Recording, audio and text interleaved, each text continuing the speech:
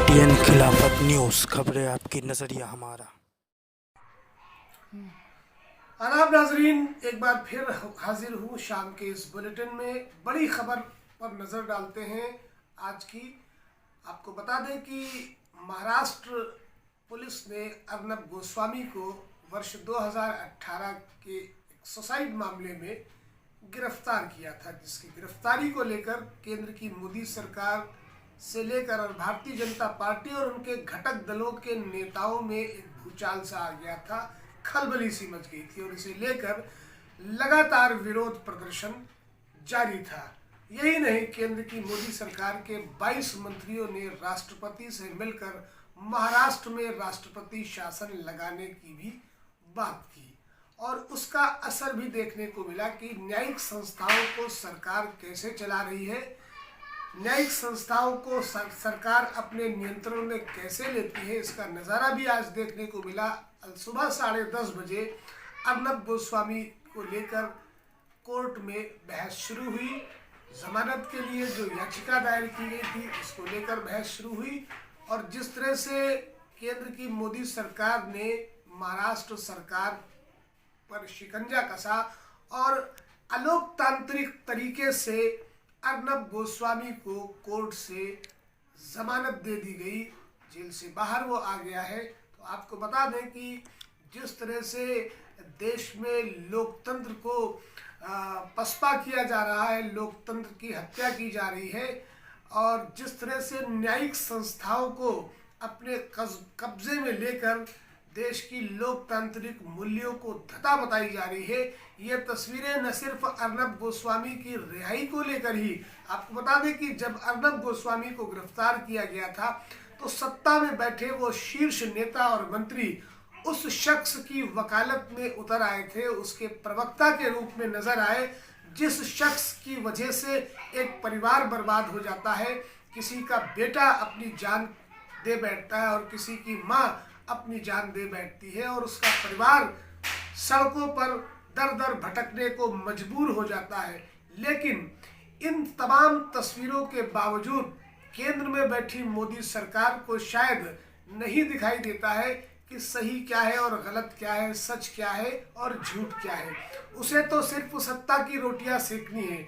जैसा कि बिहार मामले को आपने देखा कि बिहार में जिस तरह से चुनाव आयोग का जो रोल रहा है और जिस तरह से बिहार में मुख्यमंत्री नीतीश कुमार अपने आवास पर बैठकर अपने मातहतों को निर्देश जारी करते रहे और वोटों की गिनती को धीमा कर दिया गया, ये एक खास वजह रही कि आज जो महागठबंधन की 119 जिन सीटों पर इलेक्शन कमीशन ने उसकी सूची भी जारी कर दी, लेकिन मुख्यमंत्री और हाईकमान में बैठे लोगों के निर्देश लगातार चल रहे थे, जिसके चलते महागठबंधन जो भारी मतों से, भारी बहुमत से सरकार बनाने जा रहा था, उसको पैरालाइज किया गया और एनडीए की उन कैंडिडेट को जो है जिनको 100 या 200 वोटों की बढ़त हासिल की गई थी, उनको विजेता घोषित कर दिया और महागठबंधन की सरकार बनाने के रास्ते साफ कर दिए। जबकि आपको बता दें कि जिस तरह से मनोज झा ने अपनी बात कही और ये बताया कि जब चुनाव आयोग से उन सीटों पर जहां पर मार्जिन बहुत कम था वहां पर दोबारा काउंटिंग कराने की बात की गई, तो उन सीटों पर काउंटिंग नहीं हुई, उन सीटों पर काउंटिंग दोबारा कराई गई जहां पर भारतीय जनता पार्टी या एनडीए के घटक दलों के प्रत्याशी हार रहे थे।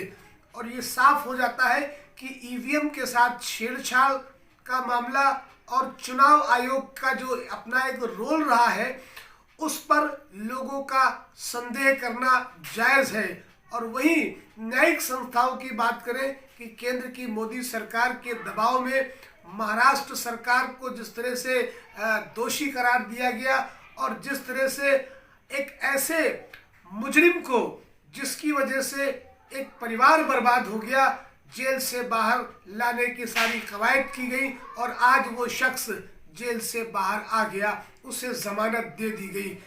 तो मैं पूछना चाहता हूं उन तमाम कानून के जानकारों से और सरकार से जब देश के गृह मंत्री ने अर्नब गोस्वामी की गिरफ्तारी पर यह कहा कि लोकतंत्र खतरे में है और देश का चौथा स्तंभ खतरे में है, उसकी हत्या हुई है, तो क्या अब देश का लोकतंत्र खतरे में नहीं है, चौथा स्तंभ खतरे में नहीं है? ऐसे दर्जनों पत्रकारों पर मुकदमे दर्ज किए गए, उनमें से कई जेल में हैं, कई लोगों पर तमाम तरह की जो आरोप लगाए गए उनको प्रताड़ित किया गया। क्या इससे देश का लोकतंत्र खतरे में नहीं है या चौथा स्तंभ खतरे में नहीं है? कब तक चलेगा ये सियासत का खेल? कब तक देश की जनता को मूर्ख बनाया जाता रहेगा? इसकी सीमा क्या है? इसके बारे में तो भविष्य को ही छोड़ना होगा। लेकिन फिलहाल जिस तरह से गंदी सियासत देश में खेली जा रही है और ईवीएम की आड़ में देश की 137 करोड़ जनता को मूर्ख बनाया जा रहा है, इसे पूरी दुनिया देख रही है। हर एक की सीमाओं का एक अंत होता है और इस देश में भी एक दिन इसका अंत जरूर आएगा। आज मशीन के बल पर सरकारें बनाने वाले लोग कल इसी मशीन के चलते सरकार से बाहर भी होंगे और देश की जनता को एक न्याय मिलेगा, एक इंसाफ मिलेगा और एक साफ सुथरी सरकार जरूर मिलेगी। अभी वक्त है, क्योंकि तमाम ऐसे संस्थानों को कैप्चर कर लिया गया इस सरकार के द्वारा, न्यायिक संस्थानों को, यहाँ तक कि जो भी जज, जिस भी जज ने इस सरकार के खिलाफ कोई कदम उठाया, फैसला दिया, या तो उसकी हत्या कर दी गई। जज लोया शायद लोगों को याद होगा। मैं दर्शकों से कहना चाहता हूँ, दिल्ली दंगे को लेकर जब हाई कोर्ट के जज ने कड़ी फटकार दिल्ली पुलिस पर लगाई और केंद्र की सरकार को कटघरे में खड़ा किया, तो रातों रात उस जज का भी तबादला कर दिया गया। मतलब साफ हो जाता है कि हम सरकार के खिलाफ आवाज भी नहीं उठा सकते, उसकी आलोचना भी नहीं कर सकते। अगर ऐसा करते हैं तो तमाम तरह की कानूनी दांव-पेच खेलकर उस शख्स को या उस दल को कटघरे में खड़ा कर दिया जाता है। लेकिन कहते हैं कि कानून आज भी जिंदा है, लोकतंत्र आज भी जिंदा है। कहीं ना कहीं पर किसी न किसी रूप में ये सामने जरूर आएगा, इसे समय पर छोड़ना होगा। फिलहाल आज सही मानों में कही जाए तो लोकतंत्र की हत्या हुई है। सही मानों में कही जाए, कानून की देवी को जिस तरह से बिस्मार किया गया है और कानून को जिस तरह से कदमों तले, सत्ता के और ताकतवर कदमों तले कुचला गया है, इसे शायद देश कभी भूलेगा नहीं, भूल सकता, क्योंकि सही मानों में आज हुई है लोकतंत्र की हत्या। कल बिहार में और आज अर्नब गोस्वामी की रिहाई पर, इसे कहते हैं, ये है लोकतंत्र की हत्या। देश की जनता देख रही है, समझ रही है। फिलहाल के लिए इतना ही। देखते रहिए KTN खिलाफत न्यूज़।